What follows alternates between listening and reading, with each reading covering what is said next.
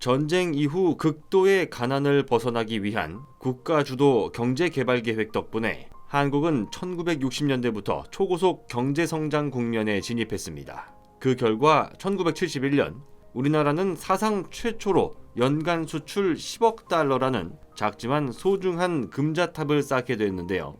선진국 진입에 불씨를 마련한 의미 있는 시기였지만 여전히 대한민국은 기본적인 의식주 문제조차 제대로 해결하지 못한 상태였습니다. 우리가 수출 10억 달러를 달성하던 1971년 지구 밖에서는 인류의 역사에서 전례 없던 이벤트가 펼쳐졌습니다.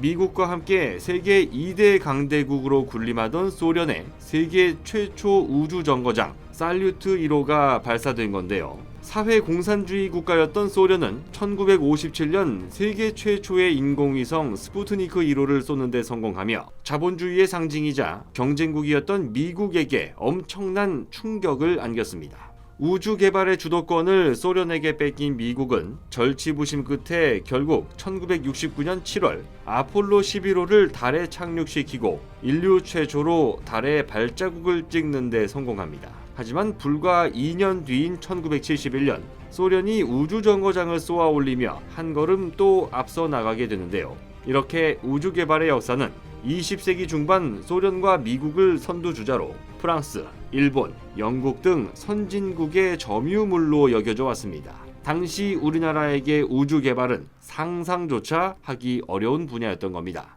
하지만 2021년 10월 21일 대한민국의 독자 기술로 개발된 우주 발사체 누리호가 우리나라 역사에 커다란 이정표를 남기게 될 것으로 기대를 모으고 있습니다. 우주 개발은 경제력이 뒷받침된 선진국이라고 해서 모두 성공할 수 있는 것이 아니기 때문입니다. 인공위성을 우주로 쏘아 올리기 위한 발사체 기술은 인공위성을 탄두로 바꿔 달기만 하면 1만 킬로미터 이상 떨어진 곳을 쑥대밭으로 만들 수 있는 대륙간 탄도미사일 ICBM 기술로 둔갑하게 됩니다. 따라서 발사체 기술은 자동차나 반도체 기술보다 더 비밀스럽고 다른 나라에 쉽게 알려줄 수 없다는 특징을 갖게 되는데요.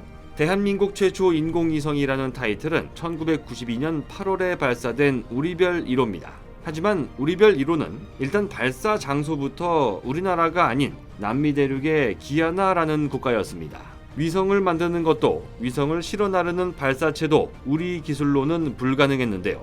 두 번의 실패 끝에 성공한 2013년 나로호의 경우도 러시아 방산업체 흐루니체프에서 만든 발사체 기술이 도입됐습니다. 우주라는 미지의 공간에 한 걸음씩 가까이 다가선 것은 분명하지만 다른 나라의 도움 없이는 불가능했던 건데요. 그러나 2021년 10월 21일 오후 4시로 예정된 누리호 발사는 이전까지 대한민국이 진행했던 우주개발 역사와는 완전히 다른 경우입니다. 비록 이번 발사에는 진짜 위성이 아닌 모사체 위성이 실리게 되지만 발사체의 설계와 제작, 2018년에 있었던 시험 발사체 성공, 최고 난이도로 꼽혔던 올해 3월 1단 로켓 최종 연소 시험 등 139개월간의 모든 과정이 우리나라 독자 기술로 만들어낸 성과였기 때문입니다. 우리나라 기술로 우리나라 영토에서 우주로 향하게 될 누리호는 발사 후 약 16분이 지나게 되면 대한민국이 세계 7번째 우주 강국에 이름을 올릴지가 판가름 날 전망입니다.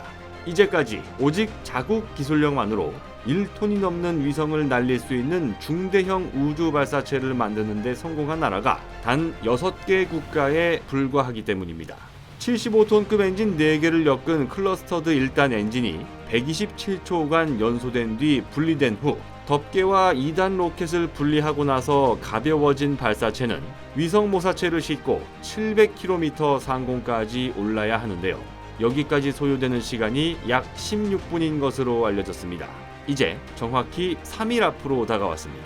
우리가 전무후무한 초고속 경제 성장으로 선진국 타이틀을 얻어낸 것에 그치지 않고 군사 강대국의 전유물로 여겨졌던 우주 개척 시장에서도 세계 탑7에 들어서는 날이 3일 앞으로 다가온 겁니다. 대한민국 국민으로서의 단순한 바람을 넘어 후진국이 선진국으로, 약소국이 강대국으로 발전하는 가장 모범적인 사례를 남기기 위해 세계가 주목하는 10월 21일 누리호 발사가 기필코 성공하는 모습을 기대해 봅니다. 곧 새로운 내용으로 다시 찾아뵙겠습니다. 좋아요 버튼과 구독 버튼을 눌러주시면 더 좋은 내용으로 보답하겠습니다. 감사합니다.